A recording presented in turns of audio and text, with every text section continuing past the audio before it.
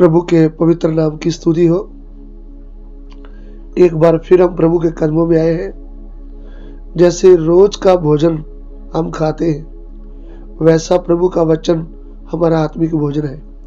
आज के ध्यान के लिए हम पढ़ना चाहते हैं न्यायों की पुस्तक, उसका 6 अध्याय, उसका 15 वचन, जजेस चैप्टर 6 वर्स 15।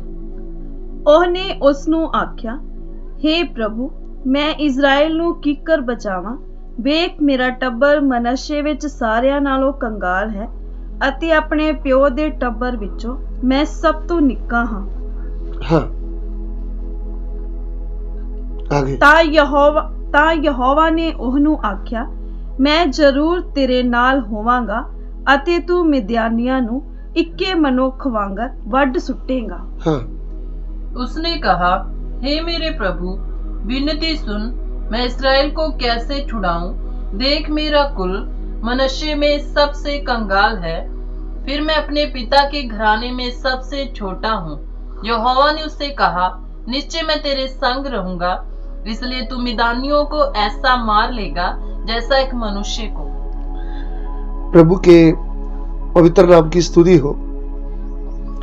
मैंने आपको बताया कि जब गदोन परमेश्वर के वचन के ऊपर मनन कर रहा था, जब वह बातें याद कर रहा था जो उनके मम्मी पापा उनको बताया था परमेश्वर के अद्भुत कामों के बारे में, तो तब उसके मन में एक दिलेरी आया। वह गेहूं लेने के लिए पहुंच गया खेती से। उधर में परमेश्वर उनसे बात किया है कि शूरवीर शूरमा उठ, मैं तुम्हारे संग हूं।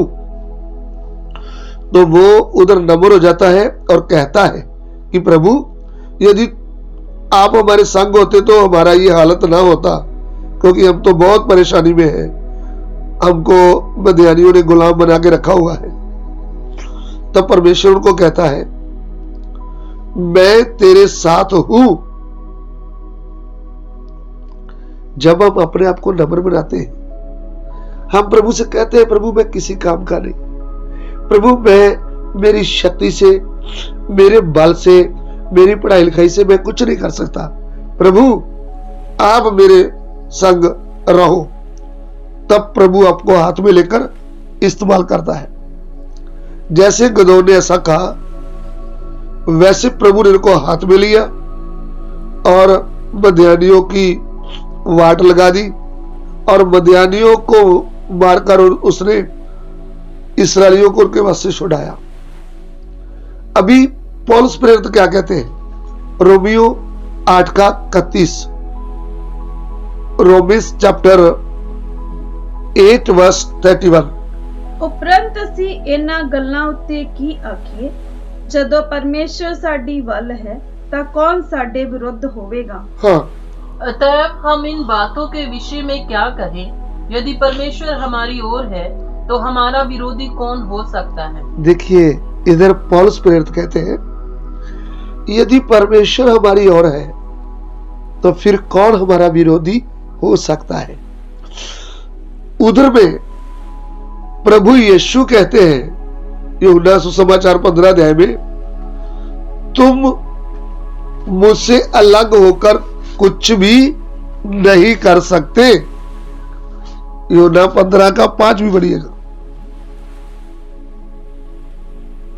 ਅੰਗੂਰ ਦੀ ਬੇਲ ਮੈਂ ਹਾਂ, ਤੁਸੀਂ ਟਾਹਣੀਆਂ ਹੋ।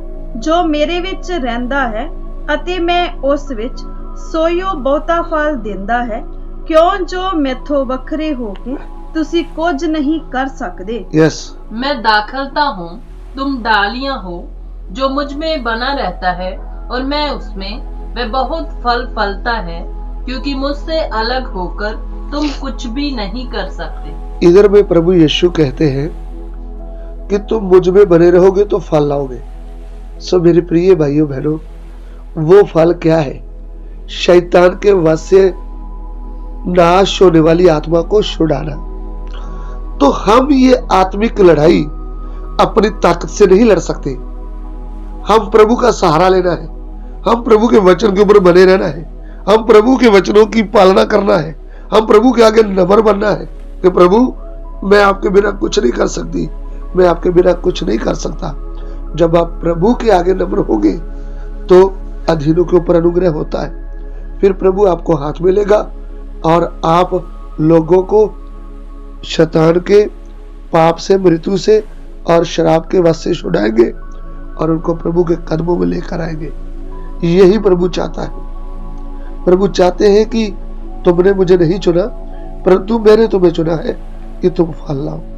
सो आज का संदेश प्रभु आपको समझने के लिए आपकी सहायता करे और इस योग बना दे कि आप प्रभु के लिए भी काम करने वाले बन जाएं। प्रभु इस वचन के लिए तेरा धन्यवाद। तेरा वचन लोगों के हृदय में कार्य करे। पिता, ये बात हमें समझ में आ जाए कि हम आपके अलावा कुछ भी कर नहीं सकते, हमें आपका सहारा लेकर आगे बढ़ना है। प्रभु हमारी विनती को ग्रहण कीजिए, यीशु मसीह के पवित्र नाम से मांगते हैं, आमीन।